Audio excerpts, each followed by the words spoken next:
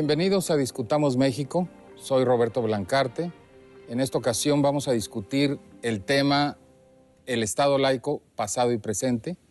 Y para ello contamos con la presencia del doctor Sergio García Ramírez, quien es muy conocido por sus intervenciones jurídicas. Muchas gracias, doctor, por su presencia. Está también con nosotros Alejandro Madrazo, distinguido profesor del Centro de Investigación y Docencia Económica. Y está también mi amigo Bernardo Barranco, conocido especialista en los temas de religión y Estado laico. Así que, si les parece bien, podríamos comenzar con algún intento de definición de lo que es el Estado laico.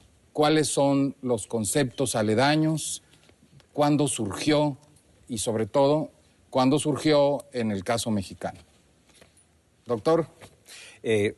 Hablar sobre el Estado laico, tratar de caracterizarlo, nos llevaría a hablar de qué es lo laico, qué es la laicidad, qué es el laicismo, y luego ir hacia atrás en la historia de México para ver cuándo se empiezan a manejar estos conceptos. En términos generales, lo que ha ocurrido ha sido una fuerte tensión entre la Iglesia, no todas las iglesias, sino una en particular, la Iglesia Católica, por una parte, y el Estado mexicano en formación, en un arduo proceso de formación que casi inexorablemente ha tenido enfrentamientos con la Iglesia desde la época de la independencia. En el proceso de esas afirmaciones, de esa disputa por la nación, es que se acuñó para nosotros el uso de la expresión Estado laico, que pues llega hasta nuestro tiempo, a través inclusive de propuestas de reforma constitucional que lo consagren en la ley fundamental. Ahora, en el caso, esto es en el caso de México, pero yo preguntaría, ¿nosotros inventamos el Estado laico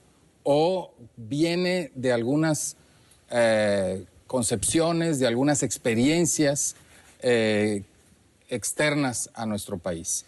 Bueno, yo creo que viene, lo podríamos rastrear muy atrás. O sea, yo creo que inclusive tendríamos que empezar a hablar de los inicios de la laicidad en la separación institucional de la Iglesia de los señoríos feudales en la Alta Edad Media. O sea, inclusive ahí tenemos que empezar a rastrear dónde empieza ese proceso en Occidente de desmembramiento de la autoridad eclesiástica del poder estatal. Y en ese sentido, en esa oscilación tan grande, que podríamos hablar de 1000 años de historia, de construcción del Estado moderno, vamos, creo que la construcción del Estado moderno tiene que ser entendida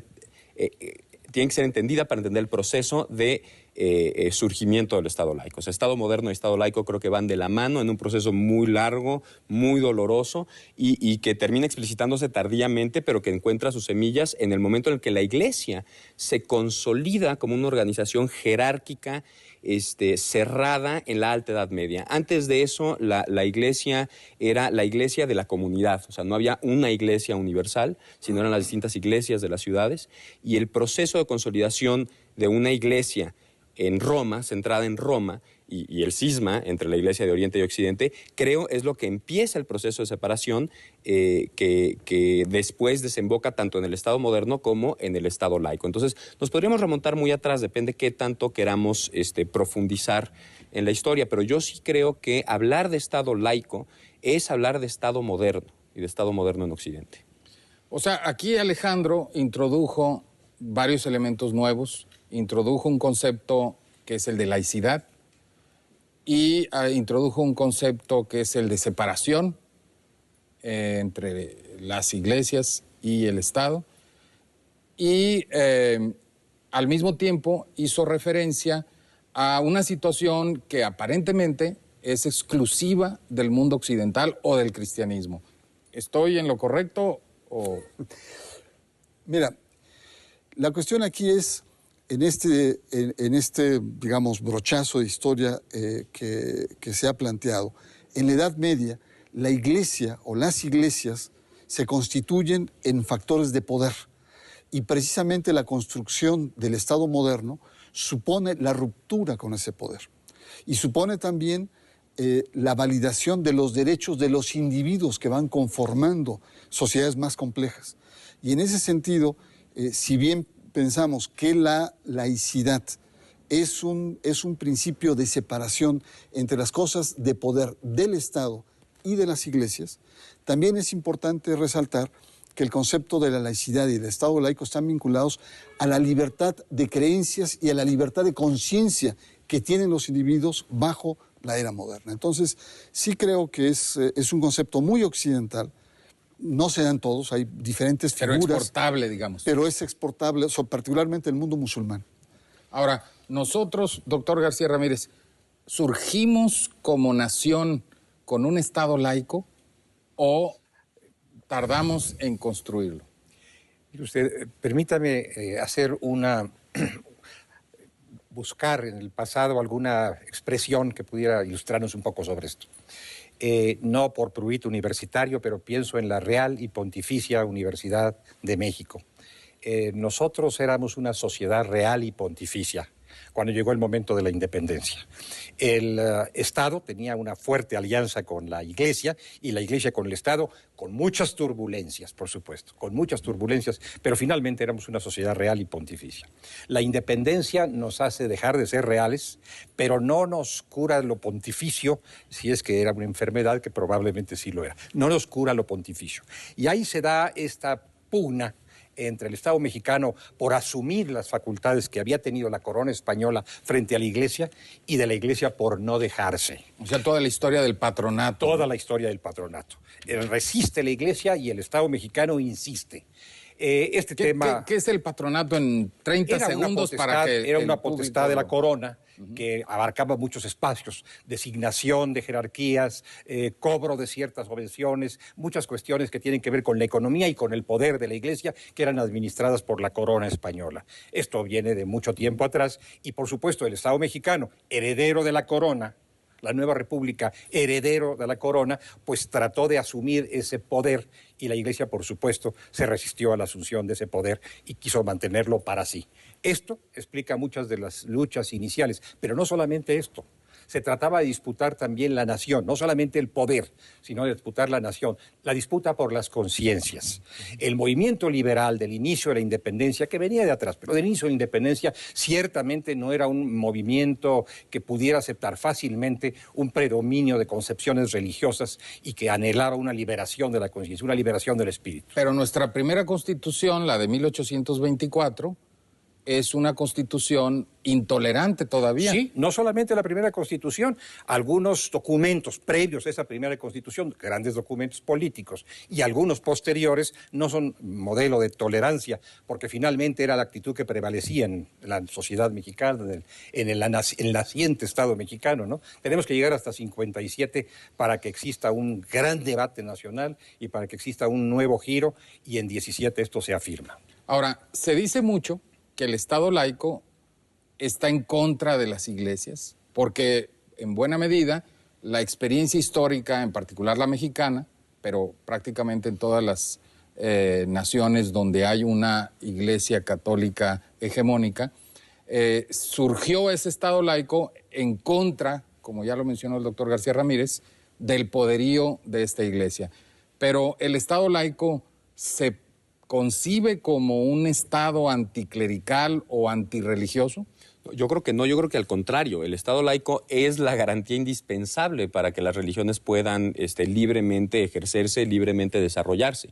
O sea, y aquí creo que necesitamos hacer una precisión que creo que es importante. O sea, yo creo que hay dos dimensiones o dos vías por las que corre el tema de la laicidad. Una es institucional y otra es, por así llamarlo, sustantiva, o sea, de conciencia. Digo, ya las mencionábamos las dos aquí, pero nada más creo que es útil recalcarlas.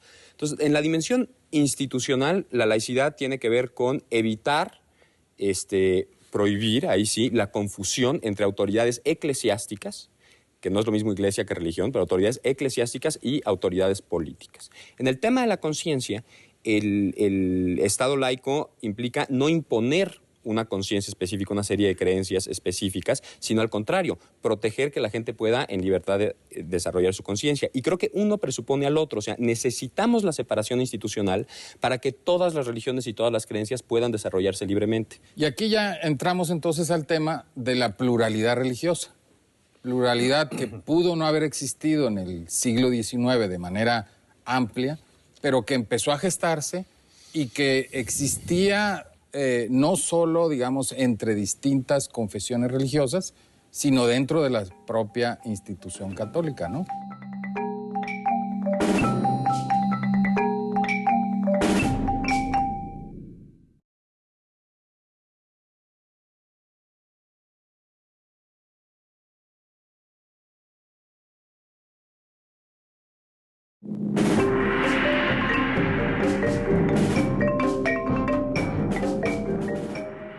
pluralidad que pudo no haber existido en el siglo XIX de manera amplia, pero que empezó a gestarse y que existía no solo, digamos, entre distintas confesiones religiosas, sino dentro de la propia institución católica, ¿no?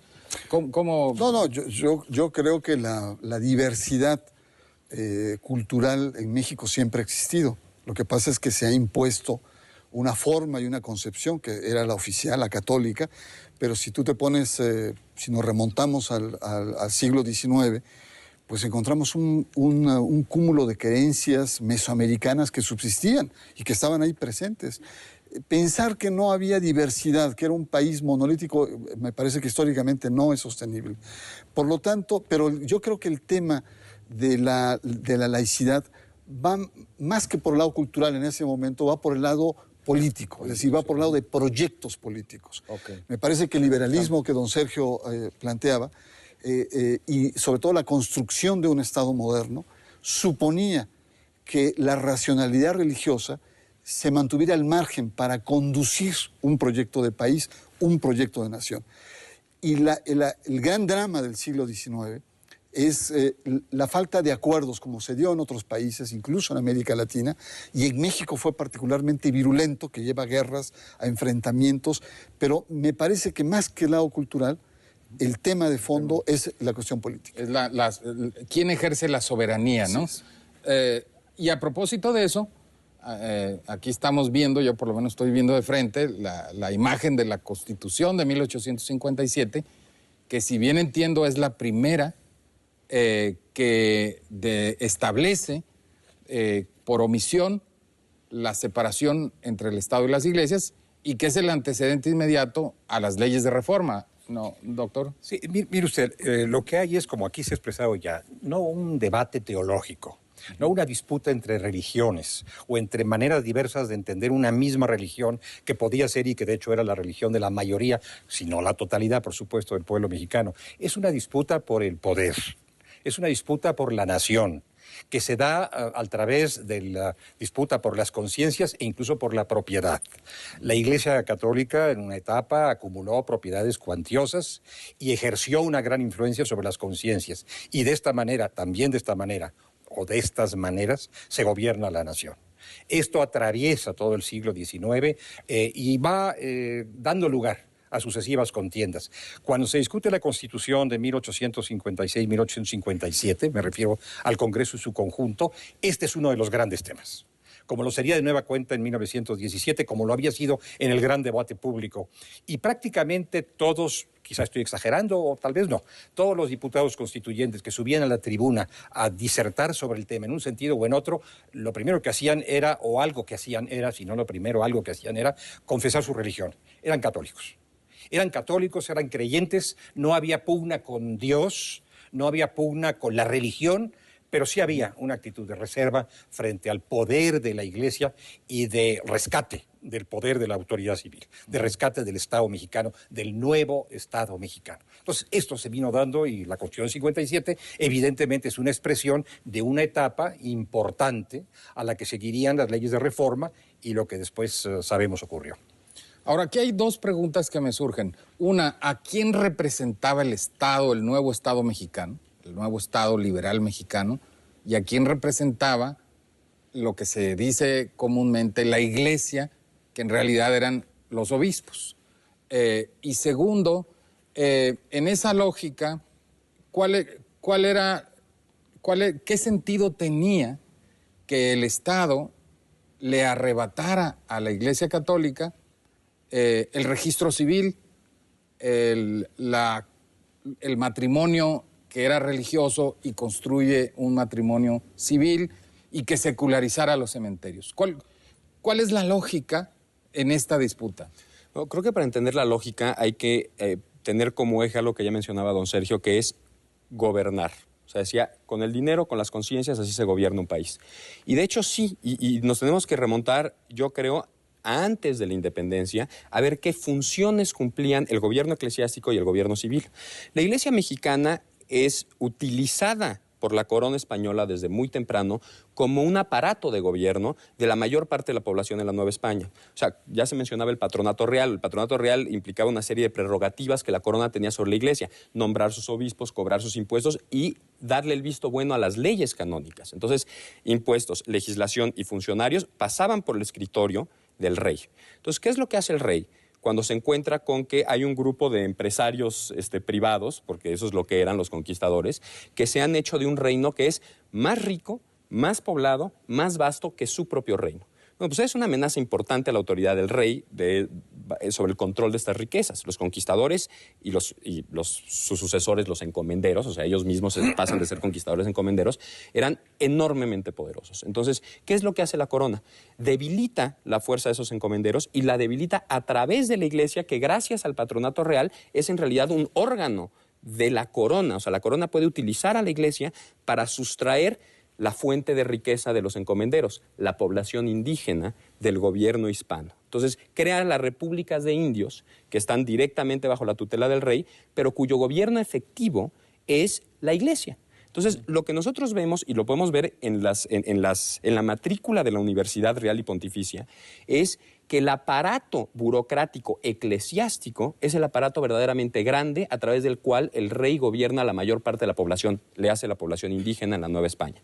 Mientras que el aparato civil es muy pequeño, lo vemos en las matrículas. O sea, el número de estudiantes en las facultades de leyes, que son las leyes civiles, que son quienes van a ser jueces en la audiencia, quienes van a ser corregidores, son muy reducidos comparado con los estudiantes de la facultad de cánones. ¿Qué van a hacer? A ver, interrumpo para hacer la siguiente pregunta nuevamente como abogado del diablo.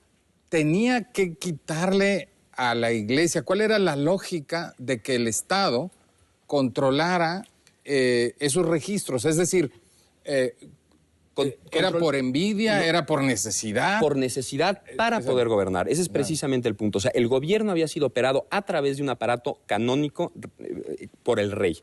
Cuando desaparece el rey, la Iglesia, como entiende al nuevo Estado, no es como un sustituto del rey, sino es como un sustituto de las viejas autoridades civiles con las que siempre habían estado en pugna bajo la autoridad ambas del rey. Entonces, la Iglesia defiende lo que había sido durante toda la colonia su espacio de gobierno real y efectivo. Y el nuevo Estado lo que hace es tratar de ocupar esos espacios de gobierno en los que había estado muy acotado bajo el régimen colonial. Entonces, yo lo que veo es eliminando las cuestiones políticas de independencia, no independencia, en el funcionamiento concreto de los aparatos burocráticos de gobierno, lo que tenemos es que desaparece la corona y quedan los dos aparatos de gobierno ya sin una corona que los una. Y entonces viene la pugna sobre quién va a gobernar efectivamente este país. Y entonces el registro civil es crucial. A mí me parece que efectivamente hay una disputa de poder, hay disputa de proyecto, pero hay una esencia dentro del liberalismo que es el tema de la legitimidad, que tú has escrito mucho y has abundado sobre el tema. Es decir, mientras que en los sistemas antiguos, medievales y coloniales, la legitimidad del poder era un poder delegado por Dios, era un poder divino, no necesitaba del pueblo. El proyecto liberal, el proyecto de un nuevo Estado moderno, de un Estado democrático, la legitimidad no estaba en Dios. La legitimidad está en los votos, en la participación de los ciudadanos. Lo que pasa, estamos en el siglo XIX con alto nivel de analfabetismo, las élites gobernaban o dominaban el ámbito de lo político, lo filosófico, y es una disputa típica de un proyecto de más largo plazo, el cómo concebir ese proyecto de nación. Entonces, no solamente es una disputa de poder, no solamente es una disputa política, es una disputa de cómo concebir el conjunto de la sociedad. Ya no es Dios más el que rige la legitimidad, es el pueblo.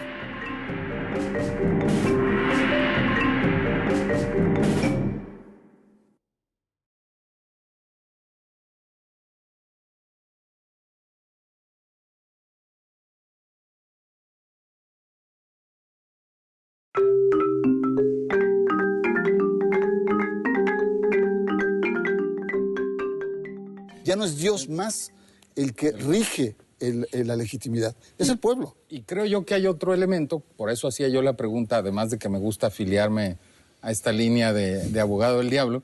Muy rentable, por cierto. De que hay que pensar que de otra manera no habría existido mexicanidad más que a través del registro de la iglesia. Es decir, ¿cómo podía ser alguien mexicano si no a través de la fe de bautismo de la Iglesia Católica? Porque era el único registro existente. La única posibilidad de ser mexicano sin ser católico necesariamente era estar en un registro civil. ¿Cómo podía ser uno mexicano y casarse si solo uno podía casarse a través del ritual de la Iglesia Católica si no existía matrimonio civil? En ese sentido, yo me pregunta de que la constitución del Estado significa también la construcción de entidades que permitan a los mexicanos serlo sin tener que estar necesariamente afiliados a una u a otra a referencia religiosa. Pero esto me lleva al tema que me parece central, que es una razón de ser del Estado mexicano, es entonces la defensa de la libertad de conciencia. ¿Cómo se traduce eso a la hora de la construcción del Estado laico? Digamos, concretamente los conflictos que se dan en el siglo XIX y después en el siglo XX. Si me permite, déjeme dar un paso atrás y rescatar esta muy interesante visión sobre la disputa por el poder y todo lo que esto entraña, y el por qué el Estado mexicano tenía que librar las batallas que estuvo librando a lo largo del siglo XIX, en una concepción distinta acerca del poder y la sociedad. El poder desciende de Dios, y quien administra la voluntad divina administra el poder porque influye en las conciencias y de hecho gobierna una sociedad. En una concepción moderna, racional, que era la que comenzaba a surgir a través del liberalismo, el poder asciende, el poder está depositado en el pueblo. El poder está depositado en la nación. La nación es la soberana. El soberano no es Dios, el soberano, políticamente hablando, no es Dios. El soberano es la nación. Entonces, el administrador de esa soberanía, si se quiere llamarlo así, es el Estado, no la Iglesia. Esto lleva a un enfrentamiento natural e inmediato entre el Estado y la Iglesia, disputando el poder y el control de todo lo que esto entraña. Ahora, en esa lógica, ¿cuál ha sido la trayectoria de las constituciones mexicanas? Es decir, quiero brincar de la Constitución de 1857 a la de 1917 y a las reformas constitucionales de 1992. Yo lo veo de esta manera. Tengo la impresión de que las reformas de 1992 de alguna manera restituyen el espíritu más liberal de la de 1857, porque por razones históricas muy justificables incluso, se puede entender que la reacción de los constitucionalistas en 17 fue la de someter absolutamente a las iglesias, y en particular a la Iglesia Católica, al grado de no reconocerles su existencia jurídica. Yo creo que el enfoque central a lo largo de toda nuestra historia constitucional tiene que ver con la relación institucional de la Iglesia y el Estado. Y el tema de la conciencia creo que es lo dominante en la reforma de los 90. Pero permíteme ir hasta la Constitución de Apatzingán. O sea, en la Constitución de Apatzingán, que es una constitución muy progresista, es una constitución radical. 1814. 1814, impulsada por el Congreso de Chilpancingo, que estaba protegido por José María y Morelos. Es una constitución de avanzada en muchos sentidos. Se habla de atenuar la pobreza, y la indigencia y la opulencia, ¿no? O sea, una beta ahí social de equidad y redistribución importante, pero también presume que la voluntad de la nación emergente se va a constituir, la identidad de la nación emergente se va a constituir a través de la fe católica. Entonces, si uno revisa la Constitución de Apatzingán, tiene un énfasis importante en la voluntad popular, pero esa voluntad popular se instrumenta a través de la Iglesia. Las elecciones las organizaban las parroquias. Hay una regulación detallada de la elección. Todavía en un estado, digamos... Todavía confundido con las instituciones religiosas. Confundidos. No es un estado laico. No es todavía un estado que se distinga nítidamente. Entonces, después vemos en la Constitución de 24, ya no tanta confusión, pero sí intolerancia. Todavía el aval del Estado para imponer una religión específica. Me voy muy rápidamente. La Constitución de 57 es omisa, pero muy rápidamente entra las leyes de reforma, en la cual ya institucionalmente se crea el registro civil, o sea, toma el control del Estado de estos espacios. Y esto aquí sí quiero señalar, es muy importante. Yo creo que en muchos sentidos este es el verdadero momento fundante del Estado mexicano. Y creo que hay un dato que es ilustrativo y simbólico, de hecho. Las legislaturas, o sea, la representación popular, la representación de la voluntad popular, hoy en día la contamos a partir de la Constitución de 57. No a partir de la Constitución de 1824, no a partir de la Constitución de Patzingán. O sea, hoy estamos en la 61ª legislatura porque la contamos desde 57. Es muy importante. Entonces, eso. yo creo que eso es fundamental. Ahí es cuando realmente empieza el Estado que hoy perdura. Y ligado con esto, me gustaría preguntarte, Bernardo, para iniciar otra serie de preguntas. ¿La Iglesia Católica ha aprendido a vivir con la democracia, con la modernidad, con ese nuevo esquema de Estado que ya no es el que ella quería, que no es el que quiso imponer de alguna manera en el siglo XIX? ¿Cómo vive la Iglesia Católica en particular, la jerarquía, para ser más precisos, este Estado laico? Lo vive a tioneos, a jaloneos, ¿no? Es decir, no le gusta el Estado laico, no se encuentra en él. Se siente incómodo, se siente limitada, sobre todo si vemos la evolución que tiene la Iglesia después del 17. Se revela, incluso hablabas de la Constitución del 17, estos grupos y poderosos grupos católicos de base que la Iglesia, digamos, a fines del siglo XIX, bajo la era porfiriana y a principios, rearticula, se revela incluso a verse arrinconada, incluso pone una resistencia militar, que es la famosa Guerra Cristera, o como muchos llaman, una segunda fase de la revolución. Es decir, la Iglesia, y creo que hasta fechas actuales, no hasta el 2010, hasta el bicentenario, digamos. Le ha costado mucho trabajo ubicarse dentro de la democracia, a diferencia de otras iglesias en otros países. Ahora, por favor, no quiero interrumpir, es que esto es muy sugerente y seductor.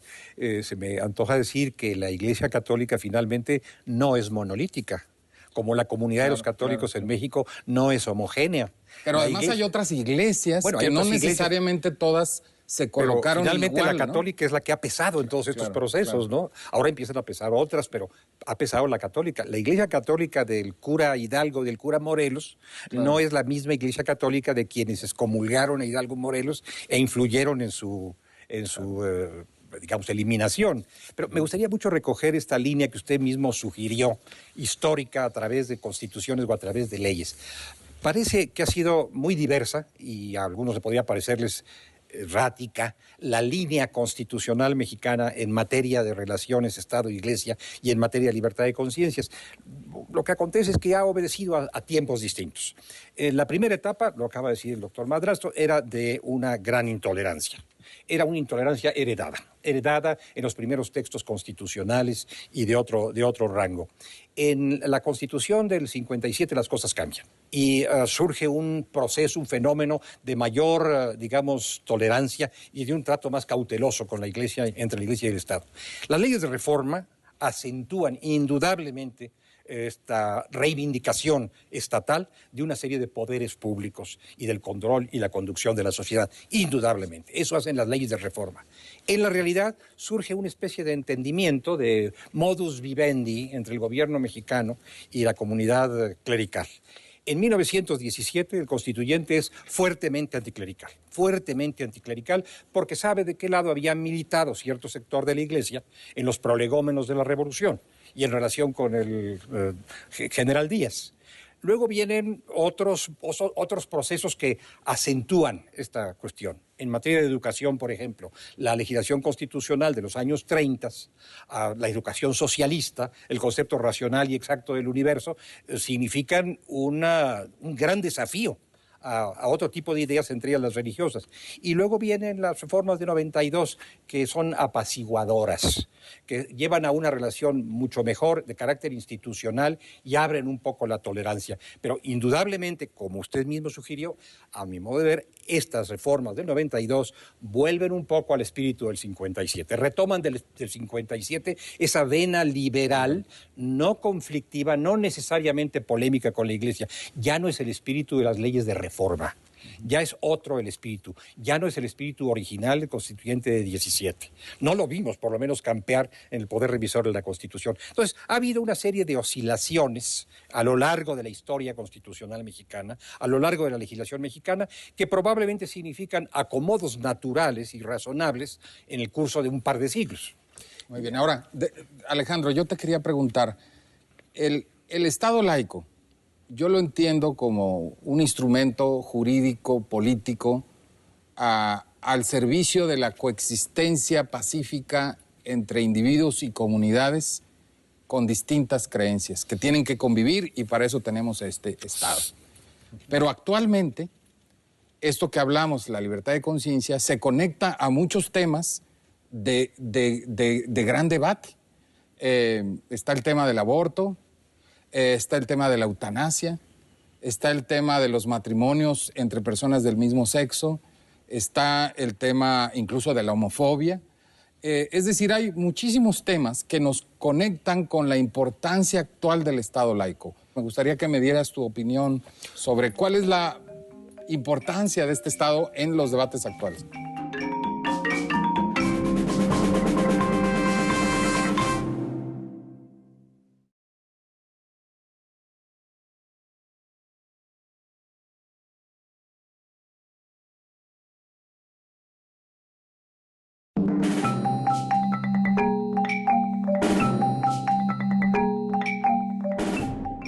Me gustaría que me dieras tu opinión sobre cuál es la importancia de este Estado en los debates actuales. Creo que estos temas, y creo que la importancia del Estado laico, salen a la luz precisamente en este tipo de debates. Y en esta línea, si se quiere, en la cual en el 17 el Estado decide suprimir jurídicamente a las iglesias y después en 92 reconocer este espacio otra vez.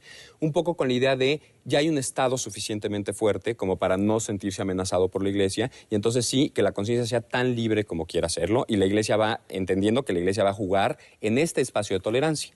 Lo que hemos visto es que está siendo puesta a prueba esta tesis. ¿Por qué? Porque la iglesia no se ha quedado en un espacio de tolerancia. O sea, la iglesia hemos visto que se ha movido para ocupar espacios políticos. Decíamos hace rato, ¿se ha acomodado a la democracia o no se ha acomodado a la democracia? Yo creo que sí y no. Yo creo que no se ha acomodado a la democracia en la medida en la que todavía está intentando imponer una moral y una concepción del mundo específica, vamos, con toda la fuerza de la ley y excluyendo las demás. Está tratando de capturar espacios y las reformas constitucionales en los estados son, vamos, explícito. O sea, las reformas constitucionales en los estados han introducido una frase tomada de un discurso del Papa en el año de 83. En el año 83 el Papa Juan Pablo II hace un discurso diciendo que la vida comienza desde la concepción y transcurre hasta su muerte natural. Joseph Ratzinger, cardenal en ese entonces, Papa Benedicto XVI hoy en día, retoma la frase y la cita de Juan Pablo II en el 87 en una instrucción de la Congregación para la Doctrina de la Fe, el sucesor de la Inquisición. Y eso después es incorporado a los programas políticos de ciertos partidos del PAN, concretamente aquí en México, y en este último año lo que hemos visto es incorporado a las constituciones locales. Entonces ahí hay una línea clara de una idea religiosa, una idea sobre la concepción del mundo y de la vida que se inserta en los textos jurídicos y constitucionales para ocupar ese espacio y para desde la Constitución, desde el Estado, desde el derecho, imponer esa creencia. Pero a través de los partidos políticos, es una cosa muy curiosa. Esa es la otra. Ya no estamos hablando de la iglesia que lucha, sino estamos hablando de todas esas reformas se hicieron por partidos políticos. Esa es la segunda parte. Sí se ha adaptado muy bien al juego democrático. O sea, por una parte no se ha adaptado porque estos principios básicos de tolerancia y pluralidad parece que no los está aceptando con de muy buena lid. Pero por otra parte se ha adaptado muy bien a la operación de la democracia.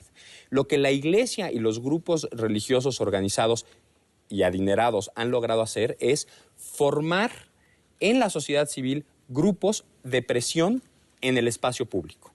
Entonces, lo que hemos visto son la proliferación de ONGs afiliadas a la iglesia o que traen como agenda la agenda de la iglesia, pero que empujan esa agenda desde la sociedad civil y no desde la jerarquía. Entonces, se cierra una doble pinza sobre los partidos políticos o las figuras públicas. Utilizan el discurso de los derechos humanos. Y el discurso de los derechos humanos. Y aparte es muy ilustrativo que sea el discurso de los derechos humanos, porque el discurso de los derechos humanos, en su origen, si lo rastreamos a antes de la Segunda Guerra Mundial, lo podemos ir rastreando a debates teológicos, inclusive que se dieron durante la conquista. Entonces, es un discurso que es muy fácilmente capturable por un mensaje religioso. Entonces, yo creo que se han adaptado muy bien en el sentido en que ahora saben muy bien cómo competir en la política para conquistar el espacio político y, conquistado el espacio político, imponer una veta religiosa, una creencia, una forma de vida, una moral específica. El problema es que no se han adaptado muy bien, en el sentido de que precisamente el objetivo que persiguen al operar desde esta adaptación de la sociedad y presión de grupos políticos es un objetivo que es incompatible con la democracia, porque es un objetivo que es intolerante, que es la imposición de una creencia. Entonces, se han adaptado muy bien a las formas de la democracia, pero yo creo que se han adaptado muy mal y siguen rechazando el fondo de la democracia. Claro, o sea, saben jugar el juego, pero al final terminan queriendo imponer al conjunto de la ciudadanía una creencia específica. El objetivo es el mismo. Aquí lo interesante es que estamos ya en el juego democrático en el que participan con pleno derecho o prácticamente pleno derecho a discutir sobre los temas de sociedad tanto las distintas iglesias y confesiones religiosas como sectores políticos que muchas veces recuperan esos discursos sin saberlo o sin saber cuál es el impacto para la convivencia al vehicular a través de las constituciones. O sabiéndolo perfectamente bien, te voy a dar para muestra un botón. La Navidad pasada, la Secretaría de Gobernación mandó una tarjeta navideña a los diputados del Congreso Federal, en el cual la tarjeta traía una cita de Benedicto XVI. O sea, el Estado mismo, la Secretaría de Gobernación, que es la autoridad encargada de velar por la laicidad, estaba avalando el dicho de un líder religioso con el emblema del Estado mexicano, o sea, el escudo de la presidencia y al lado la cita de Benedicto XVI. Entonces, vamos, yo creo que hay actores políticos que muy conscientemente están dando cauce a este discurso y dando cauce a la ideología y la moral que las instituciones religiosas han empujado y siguen empujando, y lo están haciendo a conciencia. O sea, yo sí veo una ocupación del espacio simbólico y del no simbólico, también del práctico, por parte de políticos que conscientemente están tratando de favorecer esta agenda religiosa y clerical. ¿Y qué efectos tiene esto? Mira, sí. yo lo veo de la siguiente manera. La lógica de la Iglesia Católica, los que hemos trabajado, lo que hemos estudiado, es siempre de largo plazo. Es decir, la Iglesia nunca se agota en coyunturas locales, transitorias, etcétera. Siempre tiene un proyecto de más largo plazo. Sabe muy bien que el problema es un problema cultural. Su problema de fondo es una sociedad cada vez más secularizada del México moderno, del mundo moderno en su conjunto. Una sociedad mundializada en términos culturales, en donde hay un encuentro de culturas, y sabe también que su discurso es un discurso monolítico, es un discurso que incluso es excluyente, frente a un sentido común que dice bienvenidas las diversidades, dialoguemos desde las pluralidades. Y ahí hay una especie como de disonancia, una disfuncionalidad, un discurso que dice esto es absoluto. Es decir, la paradoja con el Papa Ratzinger es un discurso que cuestiona el relativismo, pero lo cuestiona con absolutismo. Es una paradoja que tiene ahí. Yo creo que el debate sobre el Estado laico es un debate complejo, porque se conjugan ya dos elementos fundamentales. El político, donde la Iglesia se ha sabido mover muy bien, y el cultural, que es el tema de la secularización.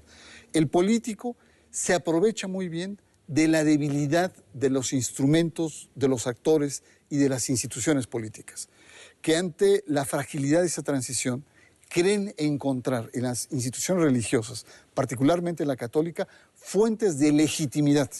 Ahí hay un problema de fondo. Y el cultural es un problema también que atañe a los medios, y ahí es ahí donde la Iglesia está muy atorada. Es decir, ya no tiene la fluidez, el espacio, la cobertura que tenía antes. Ahora, a 200 años de nuestra independencia, hablando sobre el Estado laico, yo veo que hemos hablado mucho sobre la Iglesia Católica. Y me pregunto si sigue siendo entonces un lastre, si el Estado laico no es suficientemente sólido, o si las libertades que el Estado laico protege no están suficientemente garantizadas. ¿Cómo lo ven? ¿Cuál es la situación actual de ese Estado laico y de las libertades que garantiza en principio?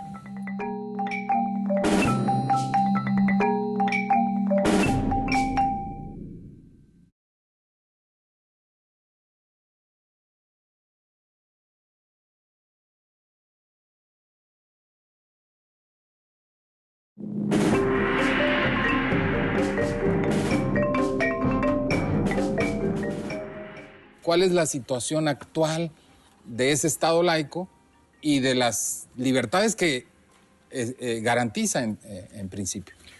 Me parece que una institución doblemente milenaria como la Iglesia es una institución muy perseverante y muy inteligente y que va a insistir mucho en su discurso constante. Pero también nosotros tenemos una experiencia del mismo tamaño, una experiencia doblemente milenaria, de saber cómo administrar estos problemas sin generar conflictos profundos, que no los quisiéramos, al menos en mi punto de vista, en el seno de la sociedad. La pregunta que usted hace tendría que llevar a otra. ¿Quiere el Estado mexicano actual? ¿Quiere el mecanismo actual del poder realmente afirmarse como Estado laico? Porque parecería haber muchos factores que nos permiten llegar a la conclusión de que no. La gran pregunta finalmente ¿es válido, es deseable, es legítimo inclusive imponerle a una sociedad una cierta manera uniforme de pensar con todas sus consecuencias?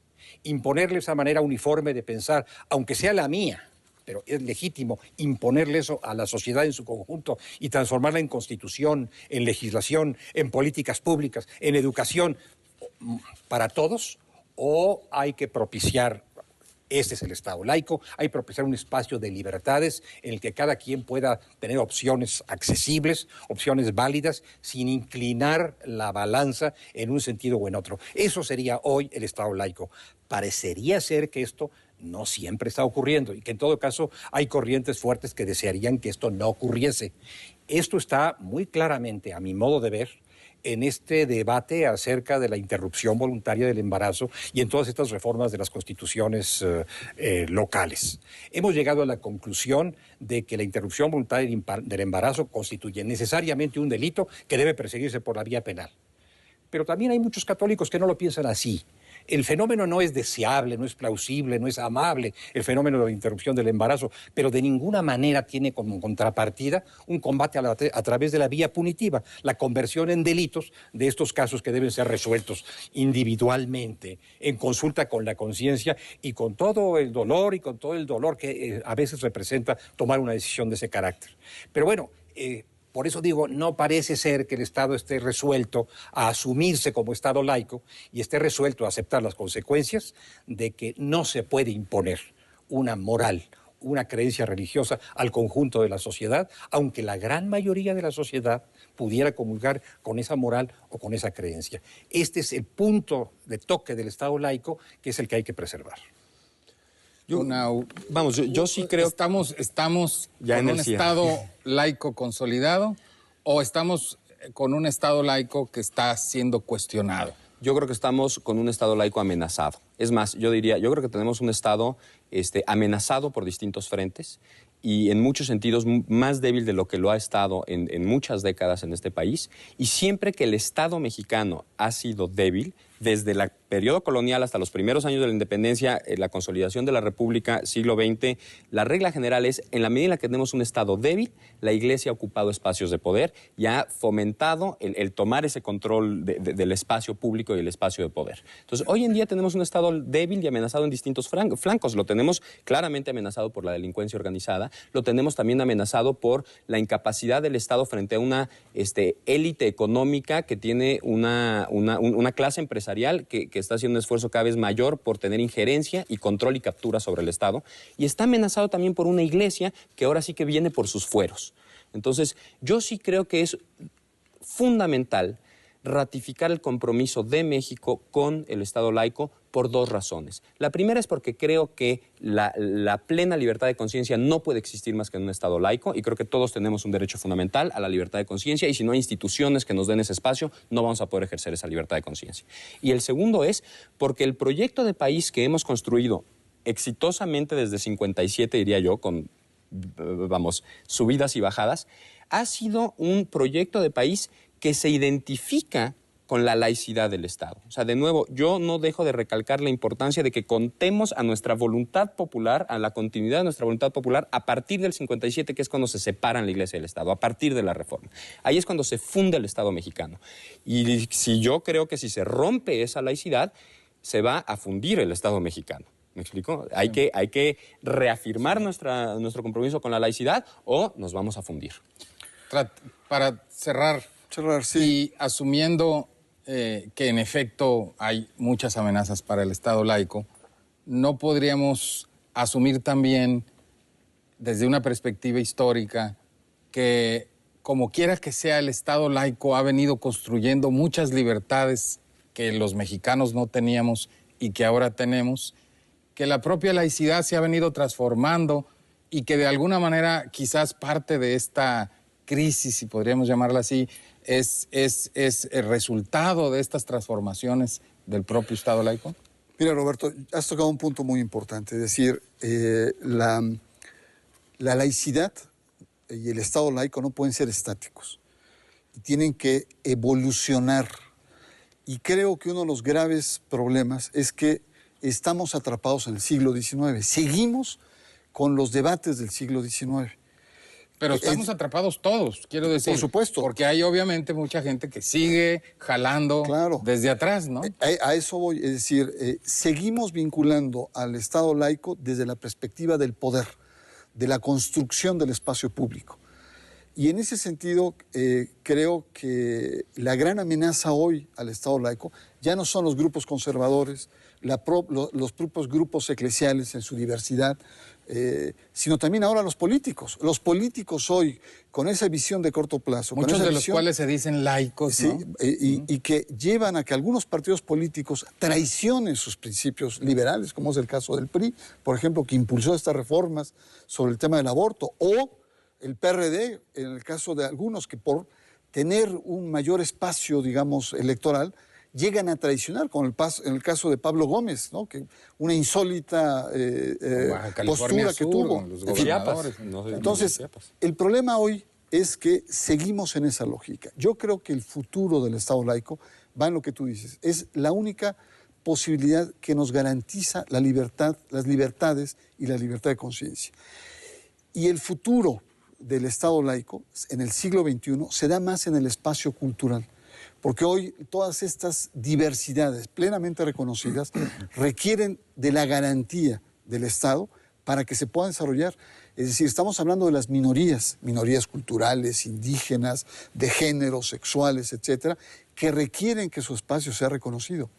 Mientras sigamos atrapados en la lógica de poder del siglo XIX, que hasta dónde la Iglesia tiene que intervenir en la construcción del espacio y del poder, vamos a atrasarnos en lo que se refiere a la construcción de plenas libertades del individuo cara al siglo XXI. Yo creo que es una disyuntiva que tenemos. ¿Seguimos el siglo XIX o miramos siglo XXI? Vamos al XXI. Bueno, pues evidentemente estos temas dan para mucho más. Apenas tocamos superficialmente muchos de estos puntos que siguen siendo muy actuales. Pero yo podría decir quizás que en el 2010, en nuestro bicentenario, el tema del Estado laico sigue siendo un tema muy importante de nuestro pasado y sigue siendo un tema muy importante de nuestro presente. Muchísimas gracias por su atención.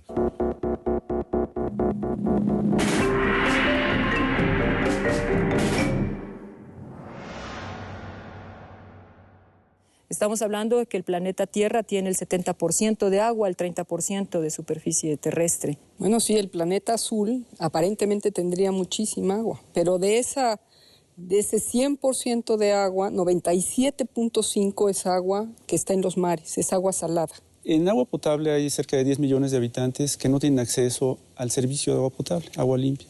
Tenemos suficiente agua en el país, incluso en las regiones que tienen poca agua, pero muy mal administrada, pésimamente administrada. El reto que plantea el cambio climático para el sector hídrico en México es enorme. Si seguimos haciendo lo que estamos haciendo, no parece que lleguemos a buen destino.